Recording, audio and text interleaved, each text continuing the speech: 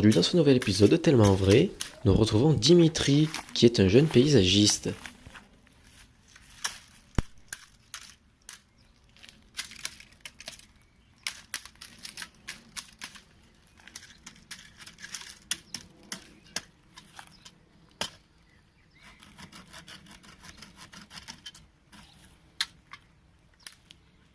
Dimitri est de plus très généreux, car par-dessus l'amour des plantes, il y a l'amour du client. Bon, monsieur Bertrand, votre arbre est coupé.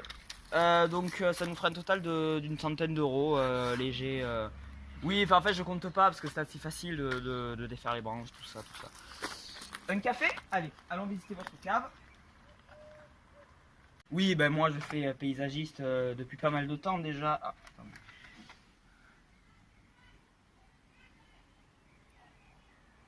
Voilà. Un petit scarabée. Voilà.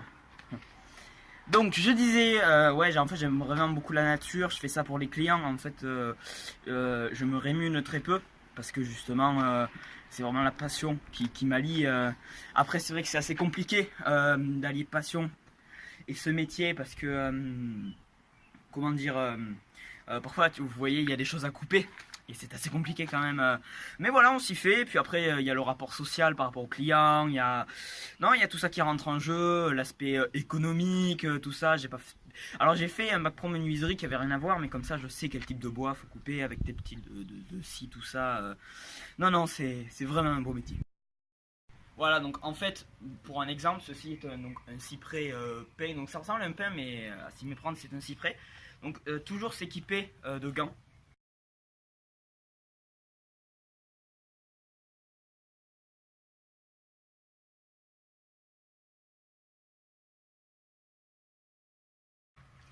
Donc en fait, regardez ce cyprès, faut pas le couper directement comme ça. En fait, faut ni attaquer à la source de la branche. En fait, regardez, venez. En fait, faut l'attaquer en biais, en fait. Comme ça, dès que c'est suffisamment tranché, en fait, on casse la branche. Et comme ça, l'arbre, en fait, il peut repousser. Mais il peut repousser comme ça et pas totalement droit. Et donc, ça peut avantager le client. Voilà, après par exemple, là, on a un romarin. Donc pour la taille des romarins, j'utilise toujours une scie, je travaille toujours au métier manuel, vraiment le manuel. Donc en fait là, on découpe juste les pointes, en fait, on garde les pieds principalement assez vieux. Hein, les jeunes pieds, on les gerte. Et en fait, ça va nous faire un beau pied, par exemple. Par exemple, un romarin que j'ai taillé, je vous le montre de suite. Donc voilà, c'est celui-là. En fait, regardez. En fait, le client voulait pas que ça fasse une grosse touffe, en fait, en bas. Et en fait, donc j'ai aussi taillé celui-là. Voilà. En fait, là, c'est plus parlant, hein. Mais en fait, ce que j'ai fait, c'est que vous voyez, là, il y a des branches là de repousse. Il y en a un petit peu partout. Et en fait, ce que j'ai fait, donc je les ai coupées, en fait, pour qu'il y en a plus qu'un bosquet et ça ressemble à un petit arbre, en fait. Regardez, par exemple, sur le plus gros pied, vous voyez que là, par exemple, ça, il faudra que je l'enlève, même si c'est pas sec, parce que très souvent les gens se font piéger. Il ne faut pas enlever de l'herbe sèche, car ça ne favorise pas la pousse des plantes. Donc voilà, là j'ai tout retiré et maintenant, regardez, ça fait une sorte d'éventail un peu en queue de pan. Voilà.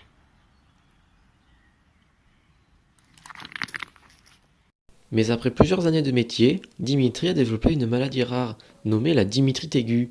Cette dernière a pour conséquence de le rendre violent envers les plantes. Dans l'entreprise, nous l'appelons désormais le boucher. Il fait peur à peu près tous les employés. En même temps, regardez sa gueule.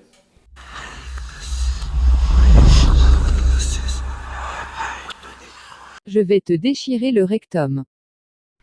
Dimitri, il faut couper. Couper.